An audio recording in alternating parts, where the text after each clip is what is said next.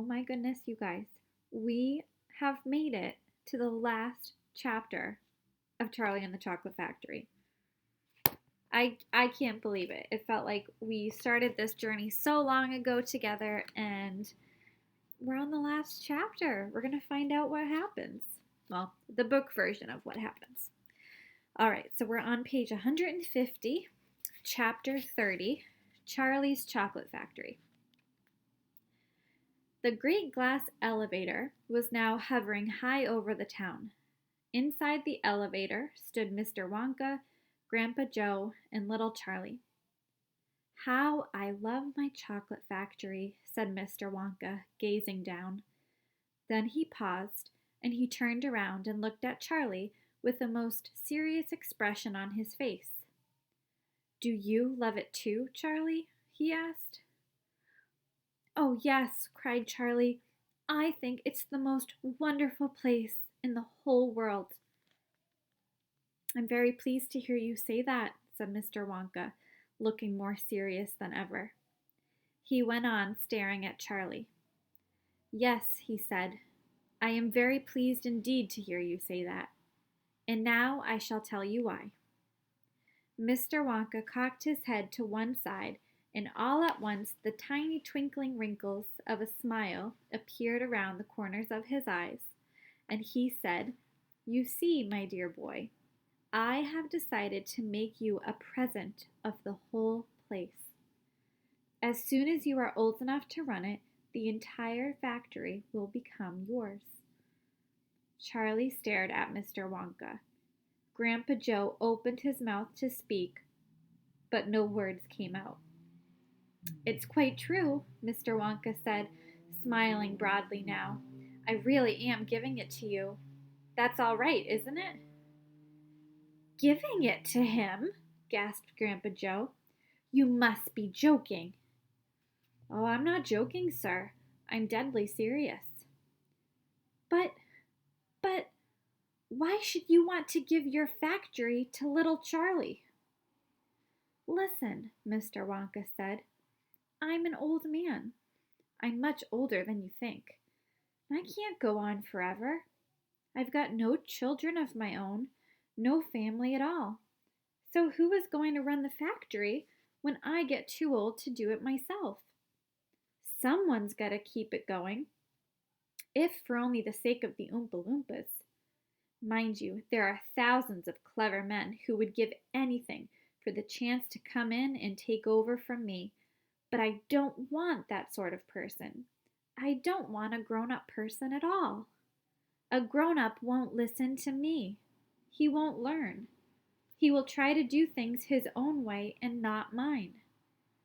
So I have to have a child.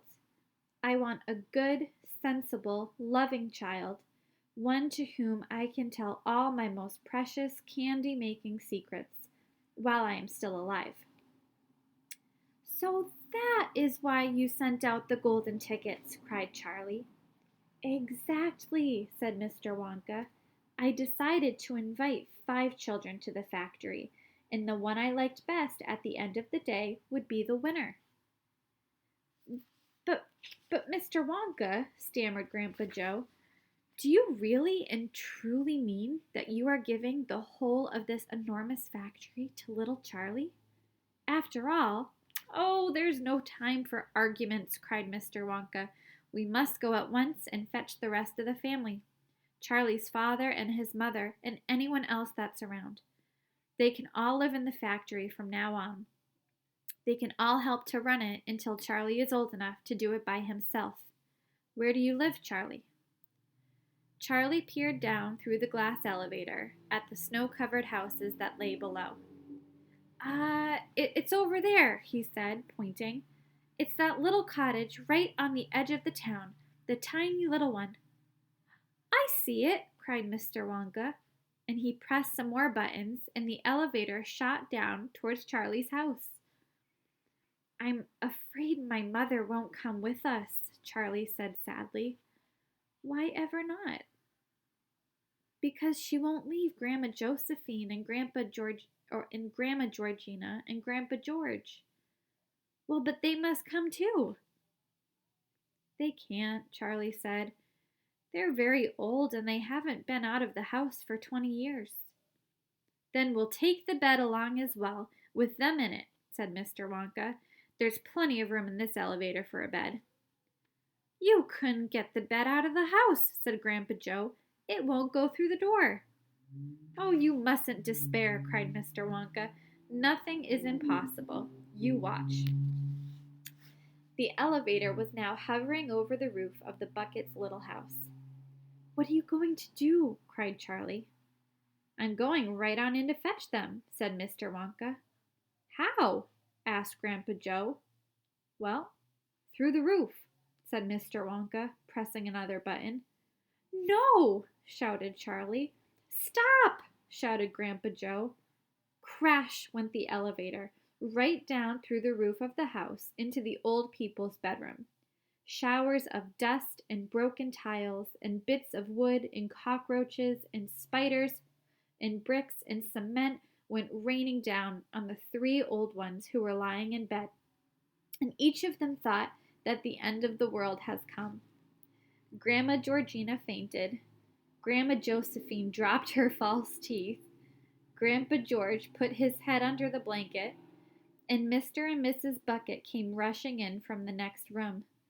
Save us! Cried Grandma Josephine. Calm yourself, my darling wife, said Grandpa Joe, stepping out of the elevator. It's only us. Mom! Cried Charlie, rushing into Mrs. Bucket's arms. Mother! Mother! Listen to what's happened.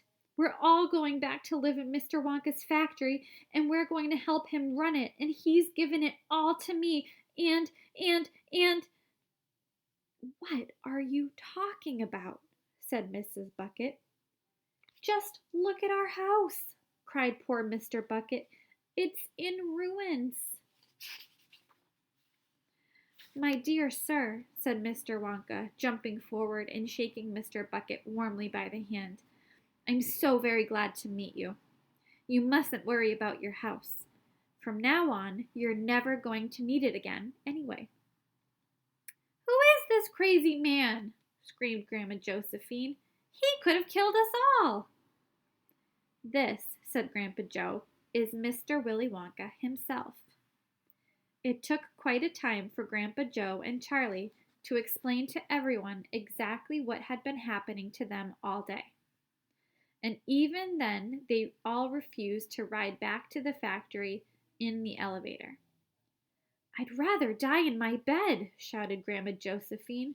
So would I, cried Grandma Georgina. I refuse to go, announced Grandpa George.